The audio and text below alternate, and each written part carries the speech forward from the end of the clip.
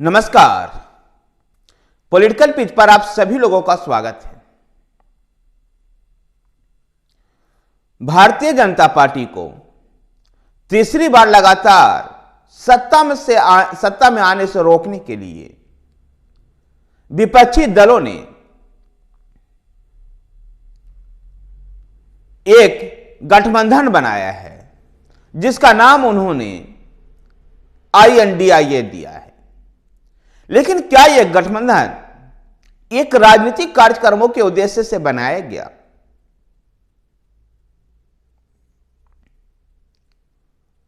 ऐसा तो यह प्रतीत नहीं होता है।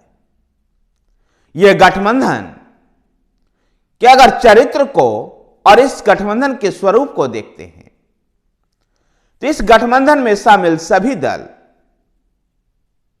कम्युनिस्ट और जेडीयू को छोड़ करके बाकी सभी दल एक परिवारवादी दल रहा है, वंशवादी दल है।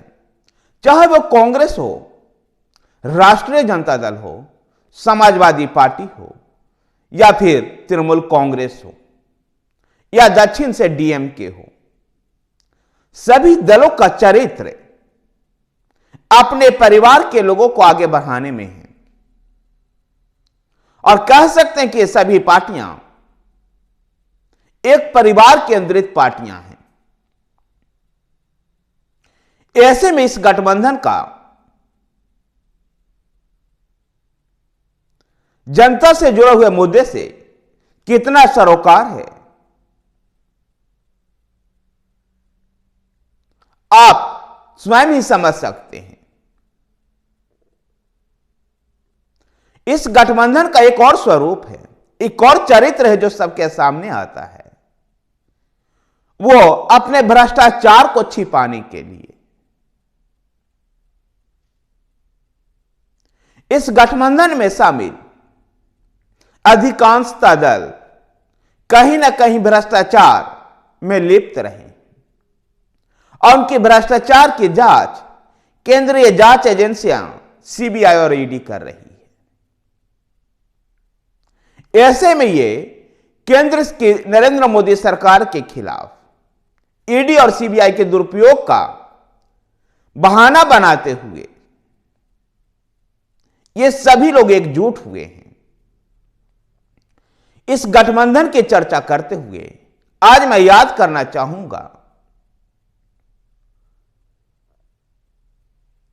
भारत के पूर्व विदेश मंत्री सुषमा स्वराज का 1996 में संसद में दिया गया उस भाषण का, जिसमें जब 13 दिन की अटल बिहारी वाजपेयी की सरकार बहुमत साबित नहीं कर पाई, लेकिन संसद में जब लोकसभा में जो बहस हुई, उस बहस में सुषमा स्वराज ने कहा था कि ये सभी लोग जो उस समय के भी विपक्ष में बैठी हुई थी, जो बाद में सरकार बनाई, ये सभी लोग केवल अपने भ्रष्टाचार को छिपाने के लिए, चारा घोटाला को छिपाने के लिए, यूरिया घोटाला को छिपाने के लिए सभी दल एकजुट हुए थे। ठीक इसी प्रकार से आज भारतीय जनता पार्टी के खिलाफ ये सभी दल लामबंद है। ये लामबंद किसी राजनीतिक प्रोग्राम के तहत नहीं, एक राजनीतिक कार्यक्रम के तहत नहीं, एक वैकल्पिक राजनीति के कारण नहीं, बल्कि इन सभी के दामन दागदार है। और इस दागदार दामन को लेकर के जिस प्रकार से जांच एजेंसियां इन सब के खिलाफ जांच कर रही है, उसी को लेकर ये एकजुट हुए हैं। चाहे वो दिल्ली का शराब घोटाला में आम आदमी पार्टी के 2 बड़े नेता पहले ही जेल में हैं और अरविंद केजरीवाल पर भी गिरफ्तारी का बादल मंडरा रहा है, तो जमीन घोटाले में झारखंड के मुख्यमंत्री और झारखंड मुक्ति मोर्चा के हेमंत सोरेन का भी नाम है। लैंड फॉर जॉब केस में लालू प्रसाद यादव और तेजस्वी यादव भी आरोपित हैं। तो दक्षिण में DMK के नेता MK स्टालिन भी ऐसे भ्रष्टाचार के आरोप में फंसे हुए नजर आते हैं। जम्मू और कश्मीर के पूर्व मुख्यमंत्री फारूक अब्दुल्ला भी जम्मू और कश्मीर क्रिकेट एसोसिएशन के अध्यक्ष रहते हुए उनके ऊपर भी ऐसे ही भ्रष्टाचार का आरोप है। ममता बनर्जी की पार्टी तृणमूल कांग्रेस तो अकांठ भ्रष्टाचार में डूबी हुई नजर आती है। और कह सकते हैं चाहे वो तृणमूल कांग्रेस हो, चाहे वो बंगाल से तृणमूल कांग्रेस हो या बिहार से राष्ट्रीय जनता दल, झारखंड से जेएमएम झारखंड मुक्ति मोर्चा हो या जम्मू और कश्मीर से नेशनल कॉन्फ्रेंस या तमिलनाडु का डीएमके, ये सभी दल का इतिहास परिवारवाद और भ्रष्टाचार रहा है। और ये इसी कॉमन मुद्दे पर परिवारवाद और भ्रष्टाचार के मुद्दे पर ही ये लोग एकजुट हुए हैं। ये सभी दल एक कोई कॉमन पॉलिटिकली प्रोग्राम, एक कॉमन राजनीतिक प्रोग्राम के तहत एकजुट ना होकर के, बल्कि सभी अपने अपने भ्रष्टाचार को छिपाने के लिए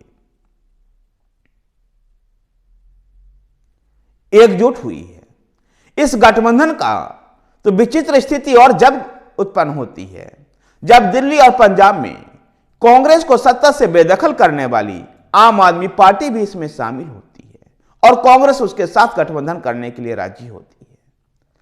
आम आदमी पार्टी के बारे में याद कीजिए 2012 का वो दौर जहां अरविंद केजरीवाल आए दिन प्रेस कॉन्फ्रेंस करते थे और कांग्रेस को उस समय की तत्कालीन मनमोहन सिंह सरकार के खिलाफ और दिल्ली की शीला दीक्षित सरकार के खिलाफ भ्रष्टाचार का आए दिन एक नए आरोप लगाते थे।